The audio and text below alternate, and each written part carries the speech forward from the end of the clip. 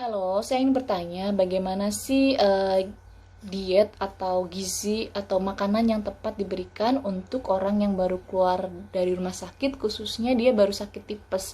Jadi, apa yang harus dilakukan, apa yang harus diberikan supaya lekas bugar kembali. Terima kasih. Halo, terima kasih atas pertanyaannya. Sebelumnya perkenalkan, saya Yolandita Aura selaku ahli gizi dari Rumah Sakit Mitra Keluarga Bekasi Timur. Dalam waktu 3-5 menit ke depan, saya akan berusaha menjawab pertanyaan dari Mbak mengenai makanan atau gizi yang tepat untuk pemulihan pada pasien dengan demam tifoid. Sebelumnya, perlu diketahui sebagai informasi bersama bahwa demam tifoid ini disebabkan oleh bakteri Salmonella typhi yang dapat menyebabkan salmonellosis atau infeksi pada usus yang serius. Bakteri ini juga dapat menyebar langsung melalui makanan ataupun minuman yang sudah terkontaminasi melalui kontak langsung dengan orang yang sudah terinfeksi sebelumnya.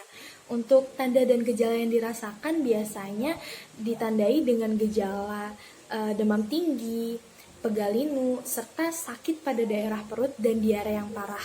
Untuk makanannya sendiri yang dapat dikonsumsi oleh penderita dengan demam tifoid untuk pemulihan itu harus mengandung tinggi kalori dan protein yang cukup serta rendah serat untuk mencegah terjadinya perdarahan dan perforasi pada usus.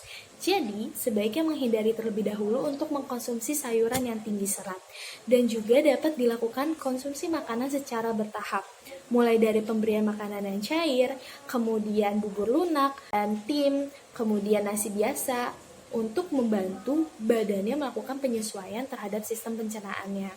Dan untuk pemilihan makanannya sendiri yang harus diperhatikan yaitu untuk menghindari makanan yang berserat tinggi dan sedang, produk susu, daging yang berserat kasar, makanan yang terlalu berlemak, terlalu manis, terlalu asam, dan berbumbu tajam. Makanan juga sebaiknya dimasak dulu sampai lunak dan dihidangkan pada suhu yang tidak terlalu panas ataupun yang terlalu dingin agar tidak merangsang pencernaan. Kemudian makanannya lebih baik diberikan dengan porsi kecil namun sering.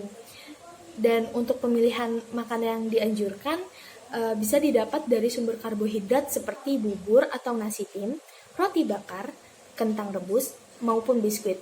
Perlu diingat, hal yang paling penting yang harus diperhatikan yaitu tekstur makanan yang lunak dan mudah dicerna. Untuk sumber protein hewaninya sendiri dapat mengkonsumsi daging yang empuk, hati ayam, maupun ikan dan telur yang diolah dengan cara direbus, ditumis, dikukus, dipanggang, maupun didadar. Kemudian untuk sumber protein nabati bisa mengkonsumsi tahu ataupun tempe yang diolah dengan cara direbus, ditim, maupun ditumis. Dan juga sumber protein nabatinya bisa didapat melalui sari kedelai.